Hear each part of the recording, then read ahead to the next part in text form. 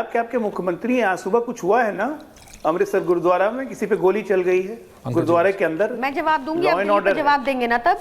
ऐसा law and order है कि खालिस्तानियों के साथ मिलकर सरकार चला रहे हैं, लॉ एंड ऑर्डर है।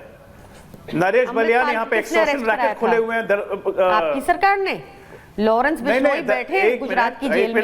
नरेश बलियान एक्सटॉर्शन रैकेट चलाते हैं, एक्सटॉर्शन रैकेट चलाते हैं बदमाशों से मिलकर दिल्ली में।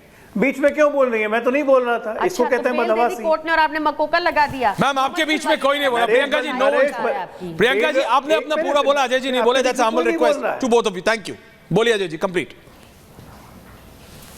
नरेश बलियान को दोबारा गिरफ्तार किया गया यहाँ दिल्ली में बैठ के, विधायक के चोले पहन के। ये एक्सटॉर्शन रैकेट चला रहे हैं अपराधियों के साथ मिलके। इसको कहते हैं कपटीवाल गवर्नेंस। जैसे पंजाब में खालिस्तानियों के साथ गवर्नेंस, बहुत अच्छी गवर्नेंस चल रही है। इसलिए कृपया करके गवर्नेंस के बारे में तो बताइए मत। दूसरी बात, वो आईटी वाली पराली वाली दवाई कहां गई? केजरीवाल का भाषण सुनाओ क्या?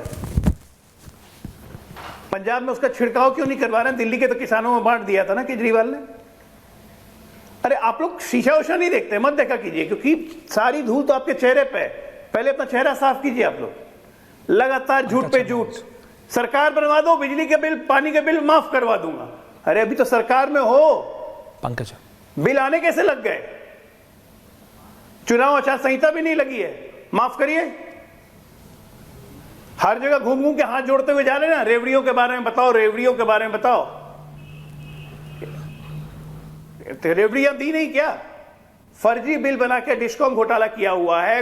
अलग अलग आइडेंटिटी बना के लोगों के पैसे के नाम पे अनुराग जी आ रहे हैं। 450 लोगों को नौकरी दी थी जो एलजी खा गए आम आदमी पार्टी के कार्यकर्ता को। आइए चले हमें गवर्नेंस सिखाने। प्रियंका जी क्विक काउंटर ज्ञान देंगे। Priyanka ji quick counter, 30 second counter. Pankaj ji आ रहा हूं। देखिए Aishwarya ji, it is quite difficult for me to give a quick counter, क्योंकि इन्होंने बहुत सारे इल्जाम लगाए। एक तो इनको अपने कृषि मंत्री शिवराज सिंह चौहान की सुन लेना चाहिए 27 अक्टूबर का बयान, जहां उन्होंने कहा कि पंजाब गवर्नमेंट ने इस बार सराहनीय काम किया और पराली प्रदूषण पे बहुत नियंत्रण पाया। उनका बयान सुन ले। उन्होंने रेकमेंड किया कि पूसा बायो डिकम्पोजर पूरी इंडिया में यूज होना चाहिए। मैं इनको सजेशन देती हूँ कि वो सुन लें। दूसरी चीज सुनिए, इन्होंने आपको फिर झूठ बोला नरेश बाल्यान जी के बारे। वो व्यक्ति हैं जिन्होंने 5 कंप्लेंट्स रिटर्न में डाली 2022 से लेकर 2023 तक, और कहा कि उनको एक्सटॉर्शन कॉल्स आ रही थी कपिल सागवान से। उस पर कोई कार्रवाई नहीं हुई, पर जैसे ही अरविंद केजरीवाल ने कानून व्यवस्था की क्वेश्चन उठाने लगे, उनको जेल में बंद कर दिया। आज उनको बेल हो गई थी इनके झूठे केस में, उसके बाद उनके ऊपर मकोका लगा दिया, टेररिज्म एक्ट। ये ऐसे ही करते हैं, ये शुरू से हमें प्रताड़ित करते हैं। इनको लगता है हम जेल से डर जाएंगे, इनको अभी तक समझ नहीं आ रही। हम इनसे जवाब लेना छोड़ देंगे नेशनल टेलीविजन पे, हम बोलना छोड़ देंगे कि अमित शाह जी रिस्पॉन्सिबल है, एक फेल्ड होम मिनिस्टर है। ऐसा नहीं होगा। आप दिल्ली की कानून व्यवस्था पे कोई जवाब नहीं दे पाए, दीजिए ना। आप इधर उधर आरोप, आप सत्ता में तो आपका नेचुरल घर है जेल। नहीं, एक सेकंड अनुराग भदौरिया। ओके, अनुराग भदौरिया, प्रियंका जी का ऑडियो ठीक कीजिए। अनुराग भदौरिया, मैं कह रहा हूं, आपको नेता को पता था, पंकज शर्मा जी, राहुल गांधी को पता था कि नहीं जा पाएंगे। एग्जैक्टली पता था कि नहीं जा पाएंगे, बट गए। अनुराग भदौरिया, आप इतने विगर से, इतने जोश से विधानसभा से लेके सड़क तक और सड़क से लेके संसद तक जनता के मुद्दे क्यों नहीं उठाते? महंगाई का मुद्दे पे क्यों नहीं घेरते आप बीजेपी को? नौकरियों के मुद्दे पे क्यों नहीं घेरते आप बीजेपी को? जो वादे करे थे देखिए ना, कितने पूरे करे, कितने नहीं किए। अरे भाई चेक करिए। विपक्ष का काम है ये। विपक्ष का काम ये थोड़ी है कि संभल में पुलिस जिनको कह रही है जिन्होंने दंगा किया उनको आप 5-5 लाख रुपए दे दें, जिनको पुलिस कह रही है दंगाई है उनको आप पैसे दे रहे। आप सत्ता पे जो बैठे हैं उन पे नकेल कसिए। नागर साहब आ रहा हूं, इसके बाद आपके मित्र के बाद आ रहा हूं। नागर साहब डांटिएगा मत, अनुराग जी। बीजेपी के प्रवक्ता इसमें जाएंगे भी नहीं। देखिए बीजेपी के प्रवक्ता कह रहे थे भाईजान, भाई साहब सुन लीजिए, भाईजान भी हमारे हैं और भाई साहब भी हमारे हैं। हिंदुस्तान में हर व्यक्ति हमारा है, चूंकि सब हिंदुस्तानी हैं।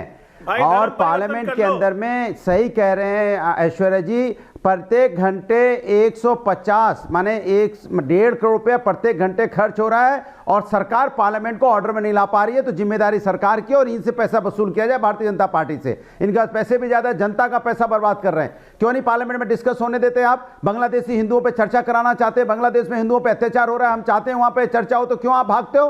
सारा दिन यहाँ टीवी पे चिल्लाओगे लेकिन वहां चर्चा नहीं कर पाओगे।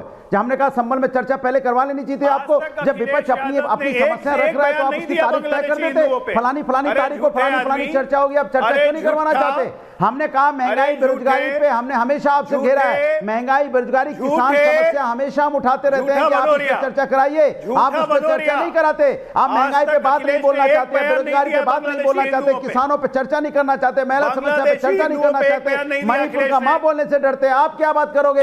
आप देश के अंदर में जनता के असली मुद्दों पे कभी चर्चा नहीं करते।